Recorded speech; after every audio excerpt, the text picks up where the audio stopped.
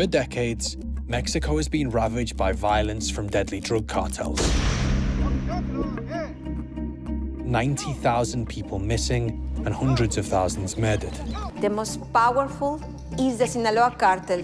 Almost the 70% of the world is infected by this cartel. Vives acostado al lado de un cuerpo, ves cómo matan a la gente, pruebas la carne humana, vives el terror. Les digo a mis hijos, levántense, les digo, porque quién sabe qué está pasando en la calle. Digo, vístanse y nos salimos. Y todo empezó a tronar, ya no había luz, todo empezó a tronar, tanques, camionetas. Pero sí, ahí perdí a mis niños y a mi hija. The Sinaloa cartel is famous for two things. One, its innovative ways of getting drugs across the Mexican border into the United States. Two, its brutal ways of unleashing specially designed horrors on its enemies. El Chapo, the former leader of the Sinaloa cartel, before his capture and extradition to the United States, had a penchant for torturing his enemies in very unique ways. But there's another one more brutal than him. One known for painting the cities of the Sinaloa with the blood of his enemies. One who rained so much terror in a bid to avenge his son. He earned the nickname El Ondeado, the crazy one. One known as Manuel Torres Felix, aka LM1. Let's explore the sick way LM1 took revenge on his son's murderer. Manuel Torres Felix, also known as LM1, was born on February 28, 1958 in Cosala, Sinaloa. He didn't have a particularly remarkable childhood. In fact, like most drug lords, he grew up poor. He had one thing though, his brother, born 2 years before LM1. Javier Torres Felix, also known as LJT, will come to define LM1's journey to the illegal drug trade. LJT and LM1 were close growing up. They did everything together and would get into all sorts of trouble. Growing up, LM1 was not like any other teenager. Yeah, most teenagers were reckless, but LM1 was ruthless and calculating, almost like he had no empathy. Violence was never far from him, and those who crossed his path were often destroyed with a single thought. As LM1 and LJT grew up, they did what most people their age did. They got into selling illegal drugs. Somewhere along the line, LJT got introduced to Ismael Zambada, known as El Mayo, and they became close friends. When El Mayo co-founded the Sinaloa cartel with El Chapo, he brought LJT in to handle part of the operation. And once his brother joined the Sinaloa, it was only a matter of time before LM1 followed in his footsteps. LM1 was remarkable in the Sinaloa cartel. His lack of empathy meant he had no qualms torturing and killing the cartel's enemies. One could say he had a stomach for violence. By the late 1990s, LM1 had proven himself to the bosses of the Sinaloa cartel and very quickly rose up the ranks. But as remarkable as he was still a foot soldier in a very intricate organization. However, his moment soon came, and LM1 took the baton without looking back. On January 24, 2007, LJT's home in San Miguel was raided by security forces and he was arrested and extradited to the US, where he would face drug-related charges. Suddenly, there was a gap in the Sinaloa cartel. LJT was an important member of the cartel, and his arrest left a vital opening in the ranks, an opening quickly filled by LM1. LM1 not only easily filled his brother's shoes in the cartel, but he surpassed it. The more he improved in his role, the more responsibility he was given. Eventually, he was tasked with a very important task in the organization, supervising coke shipments coming in from South America into Oaxaca and Chiapas, Mexico. LM1 faced the task with all he had. He got so good at the job that he got to work closely with Ovidio Guzman, El Chapo's son, and one part of Los Chapitos. That made him important in the organization. But with great power comes great visibility. Okay, I know that's not how the saying goes, but in LM1's case, nothing could be more true. As news of his growing power filled the streets of Sinaloa, so did the target on his back, and the rivals of the Sinaloa cartel began to keep tabs on him. By the time LM1 rose to the top of the Sinaloa cartel was at war with its biggest rival, the Betrayal organization, or BLO. And by the time the war was over, LM1 had transformed from regular ruthless cartel member to an instrument of mass destruction. Although the Betrayal organization rose to be the Sinaloa cartel's biggest enemy, believe it or not, it didn't start out that way. They once worked together, creating an alliance big enough to cement Sinaloa as the biggest drug trafficking state in Mexico, an alliance that, when broken, turned the streets of Sinaloa red. So why would they break an alliance that was working for them? Well, for the same reason every drug trafficking organization does, to exert its dominance. The more area you controlled, the more money you made.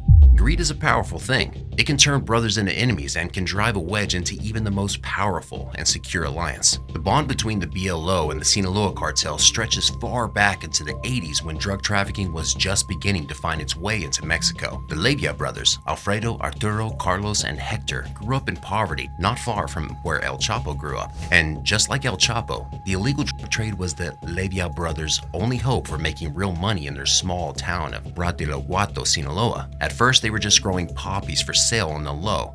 Then, as they got older, the brothers went on to work for Armando Carrillo Fuentes, aka Señor de los Cielos, who employed them as hitmen and transporters. Carrillo Fuentes was the leader of the powerful Juarez cartel, an organization that had already established trafficking routes stretching south to Colombia and north to the United States. The relationship between the Leyva brothers and Señor de los Cielos worked out well because, just like them, the Leyva brothers were power-hungry, ambitious, and ruthless. Although they lived close to each other and were in the same trade, the Leyva brothers and El Chapo didn't really know each other.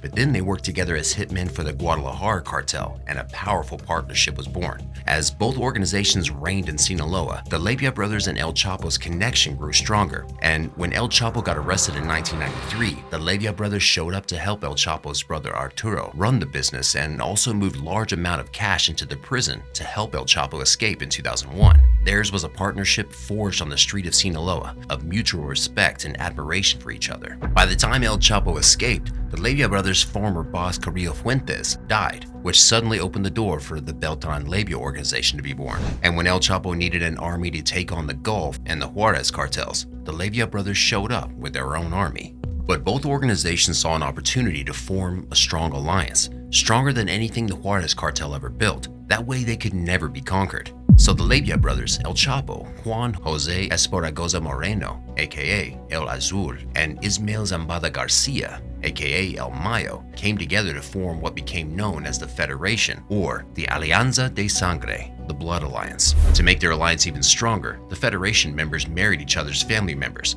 Alfredo Beltran Leyva, aka El Mochomo, married El Chapo's cousin. El Azul married El Chapo's sister-in-law. El Chapo himself later married the niece of another partner, Ignacio Coronel. Through marriage, El Chapo and the Beltran Leyva brothers became family, making sure they could never betray each other. But a rumor of an alliance between BLO and Los Zetas will bring the all-powerful Federation to its knees and the Blood Alliance to an end. Alfredo, Arturo, and Hector, also known as Tres Caballos, or the Three Gentlemen, were still in charge of the Sinaloa cartel's drug trafficking and corruption networks. At one point, the Mexican authorities thought they were operating as one big organization, such was their closeness. The Leyva brothers were also at the center of the Sinaloa cartel's security operations. They recruited a number of brutal and very effective sicarios to take on the Gulf cartel and the Zetas, who at the time were still a faction of the Gulf cartel. It really seemed like the Federation was unstoppable. But then the Zetas broke out of the Gulf cartel to form the Los Zetas, and they went from the hunted to the hunters. The Leyva brothers saw a perfect opportunity to take all the Sinaloa power for themselves. The Zetas' control of the eastern seaboard would complement the BLO's control of much of the western coastline, and together they could force out the Sinaloa cartel. The rumors of the alliance between the Los Zetas and the BLO began to make rounds. While these rumors might very well have been the start of the war, there's another side of the story, one marked with high life, parties, and betrayal. There were rumors that El Chapo detested the public lifestyle of the Leyva brothers, where he preferred to stay out of the spotlight and conducted his business in the shadows. The brothers craved the spotlight. Arturo and Alfredo were often seen partying the night away with famous singers and actresses, but as much as Arturo was a problem, Alfredo, aka El Mochomo, was a thorn in El Chapo's side. Though he was married to El Chapo's cousin, that didn't deter him from living a flashy lifestyle, drawing attention to El Chapo's cousin, and by virtue, El Chapo. El Chapo knew that if he didn't take care of his little party animal problem, it was only a matter of time before they went down and took him with him.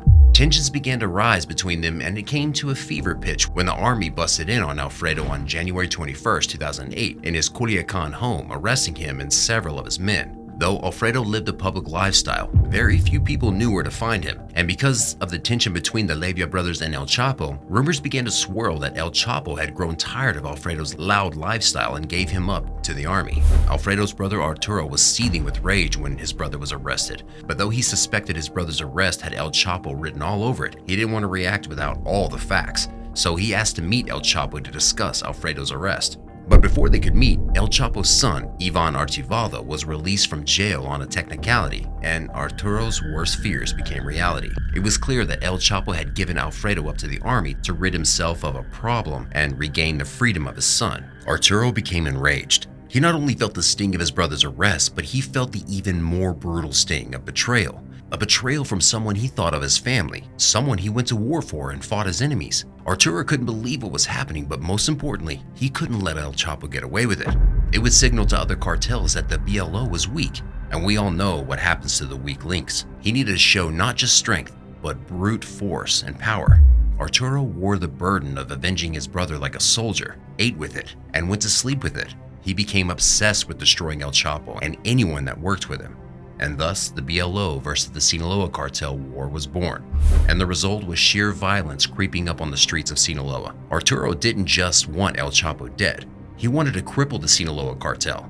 So he went after El Chapo and his allies, as well as the corrupt security officials on his payroll. He went after El Chapo's goons in the National Investigative Agency, including Noe Ramirez Manduano, a top official in Mexico's anti-drug agency. Ramirez was exposed for taking $450,000 a month from the Sinaloa organization. He was arrested and jailed. He didn't stop there. He had his men attack and kill 2 top officials in the Mexican government in a savage act that shook the Mexican security forces. Those men were, of course, in El Chapo's pockets. No nos pesa y sabemos que en esto andamos y si morimos en esto, pues sabemos que lo hacemos por algo que vale la pena. Arturo also went after the people close to El Chapo, including his 22-year-old son, who was killed when as many as 40 gunmen descended on him as he came out of a shopping mall in Culiacan. There were a total of 116 murders on the streets of Culiacan. 24 of them policemen. In the entire country, there were 493 cartel-related deaths that month. After hitting El Chapo where it hurt the most, Arturo went after members of the Sinaloa organization.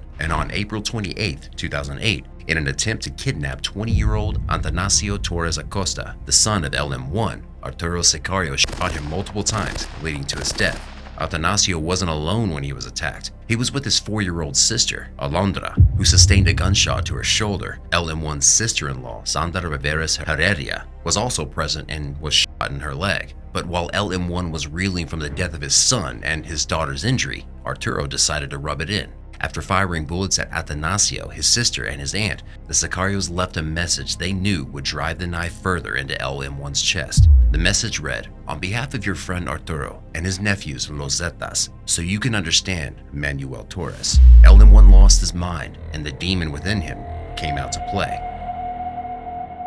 After LM1 lost his son, his hold on humanity lessened and the demon was unleashed. Some would say LM1 should have known that this day would come because his son was a member of the Sinaloa cartel, and cartel members hardly live long. But LM1 didn't care about his son being collateral damage. He was going to avenge regardless of what led to his death. At first, he targeted everyone that had a hand in his son's death, raining horrors on them and everyone they held dear. It was an eye for LM1, and if he couldn't find the loved ones of the ones that took his son away from him, he went after them. He spared no one on his journey of revenge. He became like a crazed maniac whose purpose in life was death and destruction. Even before his son was laid to rest, LM1 ordered the Sicarios to go after as many members of the BLO and Los Zetas as they could find. It didn't matter if they were high-ranking members or low-ranking members, as long as their alliance was with either of the organizations. And if they had the unfortunate luck of being caught, they were brought to LM1, and he took his time torturing them. He would torture them over long periods, and if it looked like they were about to pass out from the torture, they would be injected with morphine to wake them up. The torture was endless. LM1 had no desire for information about the Los Zetas or BLO organization's operations. This was not a targeted takedown. This was the ravings of a madman. So no matter how much information they had to give, it didn't make the pain stop. Once the men brought to him were tortured to within an inch of their lives, they would be killed and new ones would be brought in. With every new batch of Los Zetas and BLO hitmen brought to him, LM1 devised creative ways to torture them. That part was fun for him, figuring out different ways to make them pay. One of the men brought to him was Municipal Police Commander Roberto Carlos Barcelo Villagran. Roberto Villagran might have worked with the police, but he was also involved in the drug trafficking for BLO. But fate would catch up with him when he was caught by LM1 Sicarios and taken to LM1. LM1's men ambushed Roberto Villagran along with 2 men that were arriving in Sinaloa. The 3 men were brutally tortured by LM1, but he took his special time with Roberto. He had his shirt torn off and repeatedly sliced his back with knives until he was satisfied. Then he had a sicario cut off his legs while he was still alive. But that was not the worst of it. LM1 also had his men chop off Roberto Villagran's head while he was still alive. The other two men received rather creative ways of torture as well. LM1 released snakes on one of the men, and they were bitten to death. By the time their bodies were found, the snakes had entangled themselves into the body of the men. All three men had their heads cut off and transported to the city center, where they were dumped in the back of a car. And just in case the BLO and Los Zetas didn't get the message, LM1 had his sicarios drop more than 500 shells of different calibers in plastic bags inside the car. The more people LM1 killed in his quest for revenge, the more people he wanted to kill. His hunger for destruction was never satisfied, and he soon grew out of control. He got so crazy and killed so recklessly that he earned the nickname El Ondeado, the Crazy One. It became less about seeking revenge and more about killing any and everyone who stood in LM1's path. The war between BLO, Los Zetas, and the Sinaloa cartel left the streets of Sinaloa quiet and bloody. People were too scared to leave their houses for fear they would be collateral damage. The Sinaloa government couldn't stand by and watch the criminal organizations turn the streets of Sinaloa into a ghost town. They had to step in. The government rained so much military power on the cartels that even their army couldn't save them. And for LM1, the end was near.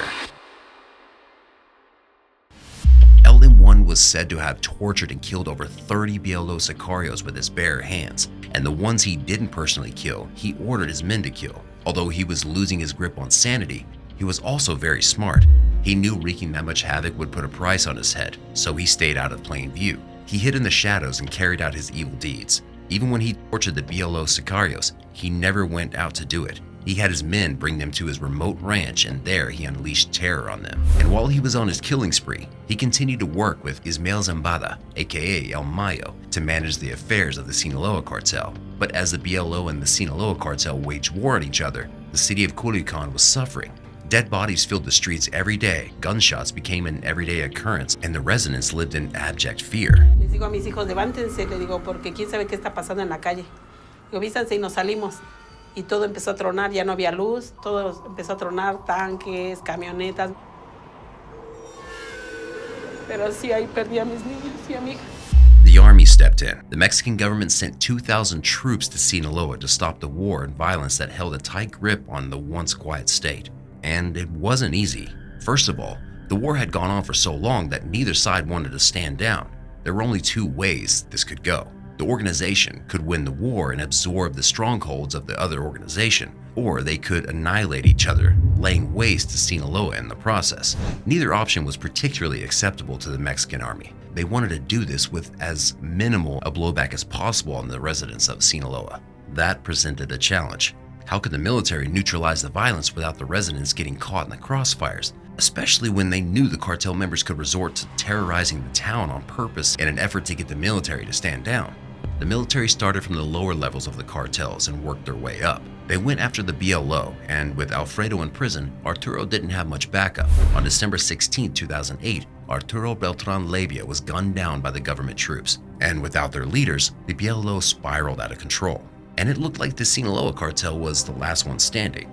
They at least had the upper hand and didn't waste time swooping in and cashing in on their enemy's demise. But the government troops weren't just folding up with the death of Arturo. They needed to teach the Sinaloa cartel a lesson. And because of the destruction he left in his path, LM1 was a perfect scapegoat. The Mexican government launched a special operation to crack in on the Sinaloa cartel and take out LM1. But LM1 wasn't stupid. He knew the Mexican troops were after him, and he went into hiding. He locked himself off in his ranch and became very paranoid. Only trusted members of the Sinaloa cartel were allowed to enter. LM1 was proving difficult for the Mexican troops to catch. Throughout the time the Mexican military was looking for him, LM1 had one thing going for him. The troops didn't know what he looked like. All they had was a name, two names actually, LM1 and El Ondeado, none of which were his actual names. So because they had no idea what he looked like, this allowed him to slip past them unnoticed many times. At one point, the location of LM1's safe house was leaked to the authorities. The troops organized a raid thinking this time they would catch LM1, but once again, he eluded capture. But while they didn't find LM1, they did find a ton of firepower, drugs, and armed vehicles. Everything found in the safe house was seized by the troops, and as they were sorting out their loot, they came across something. something they never had before, and that would finally give them the edge in the fight against the Sinaloa cartel. A photo of LM1 and his nephew, LM2. LM2, whose real name was Misael Torres Urrea, was the son of LM1's brother, Javier Torres Felix. The police immediately circulated the photo to every media house in the country. Soon, LM1 and LM2's faces were on every newspaper and every TV in Mexico. They became enemy number 1 and 2. LM1 could no longer easily evade capture.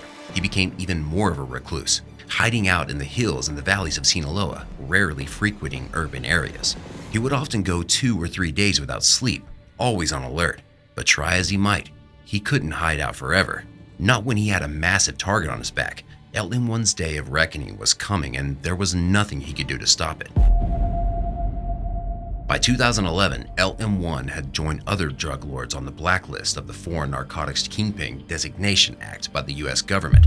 It wasn't just Mexico that was looking to take him down. The US had joined in, and the only way out of the blacklist was either through imprisonment or a body bag. One could say at this point, LM1 was tired of hiding away in his ranch because he started to make some really dangerous moves. He no longer cared what came for him, as long as he took as many enemies down with him as possible. He didn't care that the US government now had invested interest in his capture. Maybe he was tired of hiding, or maybe he wanted to join his son. But whatever the reason, what he did next led to his death. On October 13, 2012, in Oso Viejo, Sinaloa, the Mexican troops had caught wind of LM1's movement that day and laid in wait for him to appear. LM1 didn't keep them waiting long. He soon made an appearance with this armed convoy. But while he had an armed convoy, the Mexican troops brought an army. They couldn't risk him evading capture, so they prepared enough firepower to level a small town. LM1 was taken completely by surprise. He hadn't realized just a few days prior, someone had given up his exact location. Some argue that El Chapo gave up LM1's location in an attempt to offer a peace offering to the Mexican government. Others claim it was a member of rival cartels, but it didn't matter who gave him up, because when it came down to it, LM1 and his convoy never saw the Mexican troops coming. They swooped in and rained heavy gunfire on the convoy. LM1 and his bodyguards gave a fight, but they were easily overpowered. And in a moment of madness, LM1 stepped out of the vehicle to try to make a run for it. He was gunned down by the entire army, and the demon's reign of terror came to an end.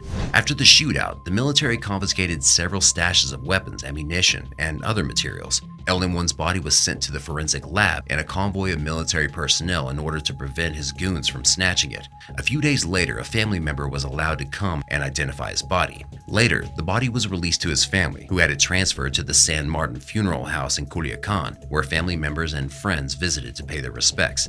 Outside the funeral parlor, the Mexican army guarded the area and established checkpoints in the nearby streets to take no chances of the Sinaloa cartel terrorizing the residents in an attempt to avenge his death. LM1 was then buried in Jardines del Humaya, a cemetery outside of the city of Culiacan where the remains of his son, Atanasio, lie too.